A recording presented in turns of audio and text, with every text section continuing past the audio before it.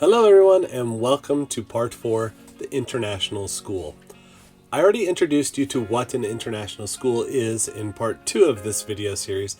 Now I want to take a little deeper dive into what is international schools, what exactly they are. So let's start at the top with the board. The board in my case has oftentimes been parents, many times of students I've taught. Many of the parents don't have a background in education, but they might have a background being on different boards. They might be the head of an organization. In some cases, there's lawyers. They're oftentimes voted on by the other parents, which might be part of the association, if the school is an association, and sometimes even teachers vote for board members. In some cases, the teachers might attend something like a picnic that they have in order to get people to vote, and teachers might be able to sway a vote one way to another. Some board members run on one thing, like no alcohol on campus, but most of the time the board members have the best interest of the students in mind. I really like boards that are run by parents.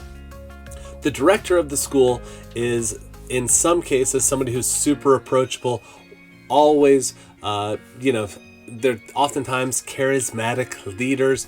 They have to deal with a lot of things, but they oftentimes don't get as many opportunities to visit you in the classroom. It's kind of rare actually to see a director or a head of school just walking through and observing you. What you might find more is that your principal or your division head would do that more often. They might do formal observations. They might do some informal observations. They're going to be the person that on a day-to-day basis, they are going to be working with you, working with maybe students that you're struggling with or helping you out. If you had a question or something, you would rarely just go straight to the director. You would almost always go to your division principal, much as you would in a normal school. Your classroom itself is going to be probably similar to what you had in the United States or wherever you were, with a couple of exceptions. In many places in the world, you might have a teaching assistant, especially in the lower grades. The teaching assistant might be from that country. They might have a degree in education, and they are very happy being a teaching assistant at the American school of wherever you are. They'll be in there all day, every day. They can help with instruction. They can help with anything else that you need, to anything that's reasonable, of course. In middle school, I've had people that would come in and help sometimes, but it's not too common. In a high school, you might have like a lab assistant or somebody like that. Your classroom might be about the same size, but oftentimes it might be a converted house. It may not be a purpose-built education facility that you are teaching in, although sometimes it is, especially maybe in Europe or something like that. I'm thinking of Africa, where the school I worked in was like 27 different leases. They leased out like a piece of the sidewalk for like $10 a year or something like that as part of the school. So it could be a little bit messy, but your classroom is generally going to be decent. It's going to probably have furniture that would be similar to what you would find in the United States or wherever else you're from. Resources might be a little bit light. You'll oftentimes get orders like once per year, and they'll be shipped in a container. Sometimes along with personal things, like people can order like a bike or something like that, and it might be shipped to your school once per year, maybe twice per year.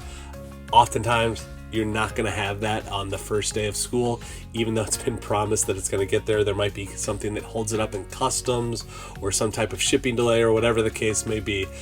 Don't expect to have all the classroom resources that you need.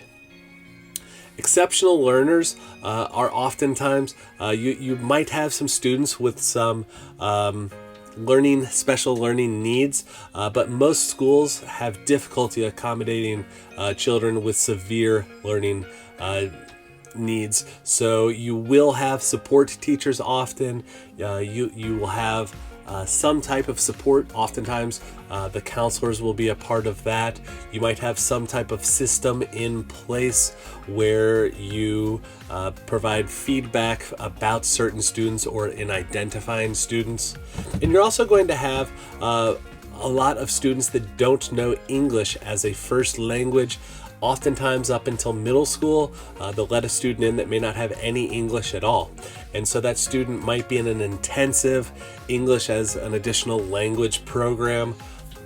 There's more of a movement I've noticed to push students into classrooms. So you might have the EAL teacher in a classroom while you're teaching middle school science, rather than that student being pulled out for middle school science. And you're also going to find that you're going to have different types of teachers. In this chapter of the book, I talk about different types of teachers. You have that teacher who just might have just gotten divorced and just decided to sell everything and start teaching internationally. You also might have somebody who has lived in the country for 30 years and they identify more with that country than with whatever country they're from. You have teachers that move around every couple of years. They just can't stand, they're so adventuresome.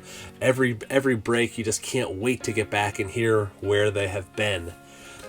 You have teachers like myself who are spouses of somebody who moves around quite a bit, and so that's how you have people like me who are teaching. So there's all different types of teachers.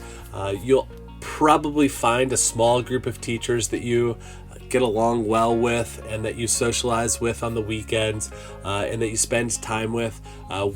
Before I joined the Peace Corps and moved overseas, that was my biggest fear, was, oh my goodness, I'm going to be alone in a foreign country. Nobody's going to be around me. I'm not, what am I going to do with my time? Before I left the United States, I would never even consider going to a movie by myself or going to a meal by myself. It just wouldn't happen.